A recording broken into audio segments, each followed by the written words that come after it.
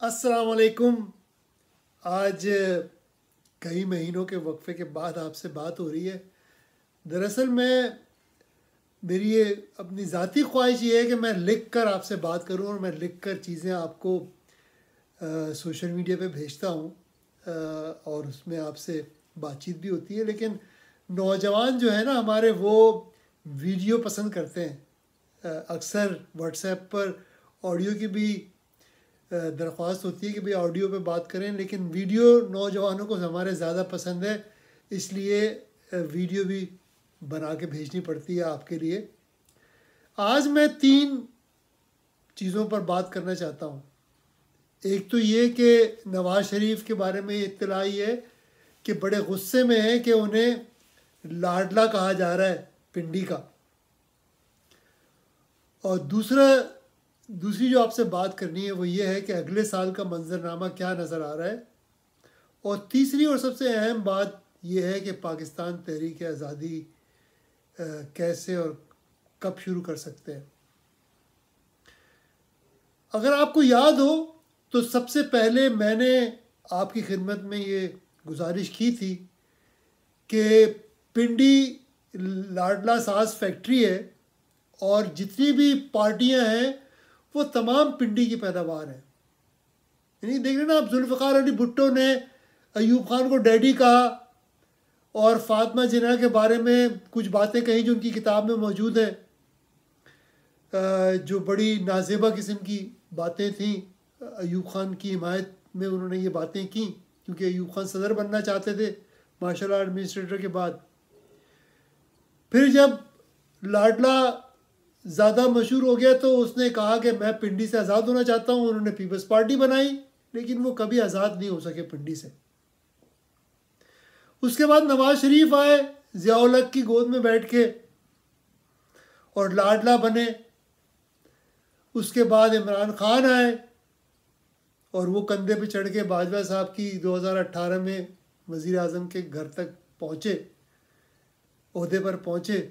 तो ये तमाम जो मौजूदा लीडर हैं ये तमाम पिंडी की पैदावार है। ये तो मैं नहीं कर रहा, ये तो खुद मानते हैं तमाम लीडर। यानी कि शहबाज शरीफ ने तो खुलेआम कहा ना कि जी मैं 30 साल से इनकी कदमों में बैठा हूँ और मुझे कोई इस पर शर्मिंदगी नहीं है। कहा कि नहीं कहा? अब नवाज शरीफ को ये गिला क्यों है कि लोग उन्हें लाडला समझते हैं? उन्होंने देखे ना पिंडी के लिए क्या क्या किया उन्होंने। बाजवा की एक्सटेंशन में सरबत सुजूद हुए सारे ये, या नहीं हुए? आपके सामने कोई, मतलब मैं आपसे ऐसी बात तो नहीं कर रहा जिसमें हकायक मौजूद नहीं है। अखबारों की खबरें देख लें उस वक्त की। फिर अभी जो खबर आई है कि जी GIT जो बनी पनामा की, उसमें नवाज शरीफ ने खुद बाजवा से कहा कि जी IB को और ISI को डालें, जबकि हम सब एहतजाज कर रहे थे कि जी फ़ौज को नहीं होना चाहिए इस सियासी अमल में। लेकिन नवाज शरीफ ने कहा बाजवा से और कोई तरदीद नहीं आई इस बात की PMLN की तरफ से। चले माजी की बातें छोड़ें, अब हाल की बात ले लें आप। हाल ही में जेल तोड़ के भागे तो किसकी मदद से? पिंडी की मदद से। अभी जो वापस आए लंदन से ये भी डील करके आए। अब आप बताएं ना मुझे कि ये गुजरांवाला तक नाम ले रहे थे, लेकिन लाहौर पहुंचे तो नाम लेना याद नहीं रहा उन्हें। फिर आदम एतमाद आई बाजवा की हिमायत से। ये तो खुद अब अखबारों में लिखा जा रहा है कि जी बाजवा साहब की शय थी और जरदारी साहब उनके अलहकार थे और वो मिल के उन्होंने आदम एतमाद पास की और PDM की हुकूमत आई जिसने तबाही मचाई इस मुल्क में आके 16 महीने में। यानी कि इमरान खान शरीफ साहब तो तबाही मचा रहे थे, ये मैं नहीं कह रहा कि वो नहीं मचा रहे थे, ये मैंने कभी नहीं कहा। लेकिन जो PDM आई ये कह के जी महंगाई मुकाओ, हुकूमत आएगी, तो महंगाई का तो उन्होंने माउंट एवरेस्ट भी सर कर लिया, इतनी महंगाई हुई। ठीक है। और अब जो नवाज शरीफ आए हैं तो आते ही उन्होंने शेर से पहले तो वो कबूतर बन गए। ये मैं तो नहीं कह रहा ना आपसे, ये तो खुद PMLN ने किया है कि जब वो लाहौर पहुंचे हैं तो उनकी पार्टी का निशान शेर से बदल के कबूतर हो गया और उन्होंने कहा जी ओ जी माजी तो हमने बुला दिया है, अब आगे देखेंगे। आगे क्या हो रहा है? तमाम केसेस उनके फारिग हो रहे हैं कोर्टों से। जेल वो नहीं गए, जो जेल तोड़ के वो भागे थे नहीं गए। पिंडी की पसंदीदा पार्टियां जो किसी भी हुकूमत को नंबर मुहैया करती हैं, बाप पार्टी और एमक्यूएमपी। एमक्यूएमपी भी एमक्यूएम पिंडी है बेसिकली, और बाप पार्टी है ही तो पिंडी की। और जिस तरफ ये पार्टियां जाती हैं वहां कौम को ये इशारा होता है कि ये पिंडी इनके साथ है। तो जब ये तमाम चीज़ें हो रही हैं और इनकी अपनी पार्टी के लोग बयान दे रहे हैं कि ये पिंडी से बना के रखनी चाहिए, पिंडी से तो हमारे अच्छे ताल्लुकात हैं, पिंडी से हमारे ताल्लुकात कभी ख़राब नहीं हुए, तो जब अपनी पार्टी ये सारी बातें कर रही है और हर चीज़ उनके लिए तैयार की जा रही है नवाज शरीफ साहब के लिए इक़्तिदार में आने के लिए, या शहबाज शरीफ आ जाएंगे, चलो नवाज शरीफ ना आएंगे अगर तो शहबाज शरीफ आ जाएंगे, तो दोनों भाइयों के लिए जो माहौल बनाया जा रहा है पिंडी की मदद से, इसमें कोई शक तो किसी को नहीं होना चाहिए कि लाडला बनने जा रहे हैं मुस्लिम लीग पी वाले, क्योंकि मुस्लिम लीग नवाज हो नहीं रही है, मुस्लिम लीग पिंडी हो गई है बाकायदा खुल के। तो नवाज शरीफ को क्यों गुस्सा है इस बात पे कि उन्हें लाडला कहा जा रहा है? भाई लाडला तो वो खुद अपने अमल से जाहिर कर रहे हैं कि लाडले हैं आने वाले वक्तों के। लेकिन मैं एक और बात आपसे कहना चाहता हूँ कि सिर्फ नवाज शरीफ लाडले नहीं, देखिए आपसे मैंने ये कहा ना कि तमाम पार्टियां पिंडी की पैदावार है।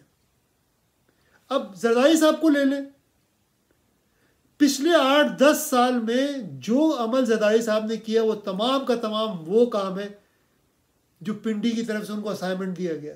बलूचिस्तान की मुंतखब हुकूमत को हटाना है, पिंडी के मुंतखब आदमी को सेनेट चेयरमैन बनाना है अक्सरियत ना होने के बावजूद। ये सारे काम जरदारी साहब ने पिंडी को खुश करने के लिए किए। तो ये जो बिलावल कह रहे हैं अभी कि जी लेवल प्लेइंग फील्ड दे, ये किससे कह रहे हैं? पिंडी से कह रहे हैं ना बेसिकली। मतलब ये पिंडी से दरख्वास्त कर रहे हैं ना, क्योंकि अगर अवाम के वोटों से हुकूमतें मुंतखब होनी है तो इलेक्शन साफ शफाफ हो जाए और अवाम के वोट से लोग आ जाए, जिसको अवाम अक्सरियत दे वो हुकूमत बना ले। मगर ऐसा तो नहीं है। बिलावल तो पिंडी से दरख्वास्त कर रहे हैं कि हमने जो आपकी खिदमत की है 8-10 साल, उसका हमें अब मवाजना यानी कि मुआवजा दिया जाए और अगला लाडला हमें बनाया जाए। तो 2 लाडलों में मुकाबला है इस वक्त, बिलावल लाडला या मुस्लिम लीग पी के 2 भाई शहबाज शरीफ और नवाज शरीफ लाडले। तो अगले साल का मंजरनामा क्या है और आपकी ज़िंदगी पे क्या फ़र्क पड़ने वाला है? पिछले 75 साल से यही पिंडी की पार्टियां जाली इलेक्शनों से, यानी कि आपको कहते हैं कि जी इलेक्शन हो रहा है और आपके वोट से हुकूमत आएगी, लेकिन दरअसल काउंटिंग पिंडी में होती है और जिसका उन्हें दिल चाहता है उसको, पहले तो ये कि जिसका पिंडी को पसंद हो वो इलेक्शन लड़ेगा। यानी अगर आप और मैं पिंडी को पसंद नहीं है तो हम इलेक्शन नहीं लड़ सकते। सवाल ही नहीं पैदा होता कि अगर आप और मैं पिंडी के पसंदीदा नहीं है तो हम इलेक्शन लड़ लें। तो पहली शर्त तो ये है कि आपको और मुझे पिंडी का पसंदीदा होना पड़ेगा, उनकी गुड बुक्स में होना पड़ेगा, तो मैं और आप इलेक्शन लड़ सकते हैं। पहली इंजीनियरिंग तो यही होती है। फिर दूसरी इंजीनियरिंग ये होती है तमाम इदारों पे कब्जा होता है पिंडी का। अब आप देख रहे हैं ना, नैब, पैमरा, नादरा, कोई इदारा नहीं बचा जहां बावर्दी मौजूद ना हो, और ये वो इदारे हैं जो इलेक्शन पे असरअंदाज होते हैं। तो पिंडी का तमाम मुल्क पे कब्जा है। नहीं, मकबूजा पाकिस्तान है ये।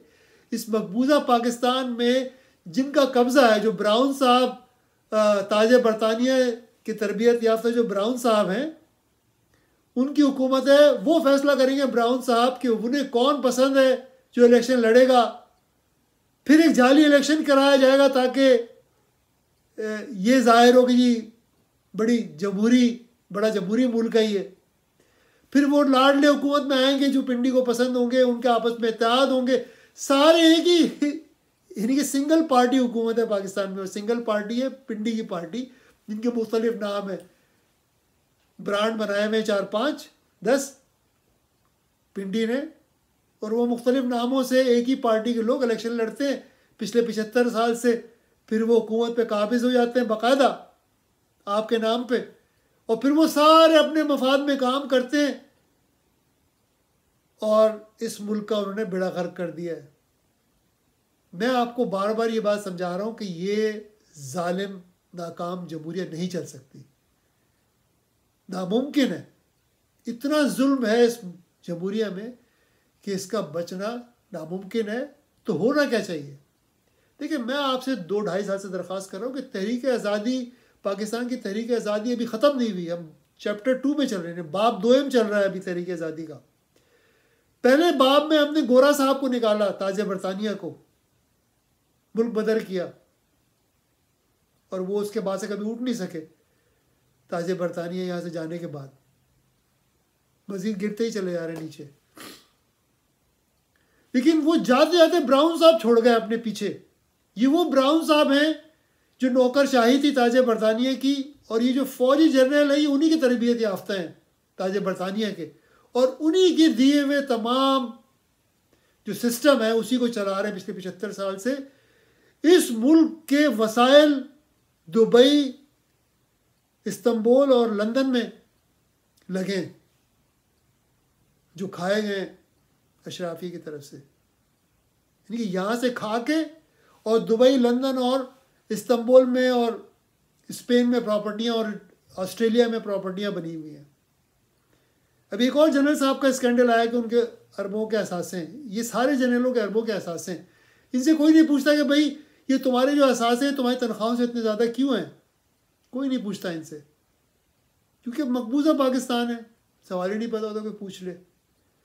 तो आपकी खिदमत में मैं ये अर्ज़ करना चाहता हूँ कि एक पाकिस्तान तहरीक आज़ादी का बाब 2 शुरू करना पड़ेगा, और पुरअमन तहरीक, हर ज़िले हर शहर से लोगों को उठना पड़ेगा। कहीं जाने की ज़रूरत नहीं है। मैं बार बार आपसे कहता हूँ, अपने गली महल्ले में जमा हो, वीडियोस बनाएं, सोशल मीडिया पे डालें एहतजाज की कि आज़ादी चाहिए इस मुल्क को, मकबूजा पाकिस्तान को आज़ाद पाकिस्तान बनाना है। यही काम है। अगर ये नहीं करेंगे तो हमारी माजी तो ख़राब था ही, हमारा मुस्तकबिल भी ख़राब होगा। 35 मिलियन बच्चे, इनके 3.5 करोड़ बच्चे स्कूलों से बाहर हैं, इनको कोई तरबियत नहीं हो रही, तालीम नहीं मिल रही। जब ये बड़े होंगे तो क्या करेंगे? क्या हुनर होगा इनके पास? भाई हुनर देने का जो वक्त है वो अभी है। जब बच्चे छोटे हैं तो उनको तालीम दी जाए, हुनर दिया जाए, वो नहीं दे रहे आप। तो जब ये बड़े हो जाएंगे तो क्या हुनर होगा इनके पास? ये क्या कमाएंगे अपने लिए, क्या करेंगे इस मुल्क के लिए? तो ये नहीं चल सकता निज़ाम। इसके लिए तहरीक आज़ादी शुरू करनी पड़ेगी, और पुरअमन और हर गली महल्ले में। यही मेरी आपसे दरख्वास्त है। उम्मीद है आप इस चैनल को भी लाइक करेंगे, इस वीडियो को भी, इसे दूसरे लोगों तक भी पहुँचाएँगे। शुक्रिया।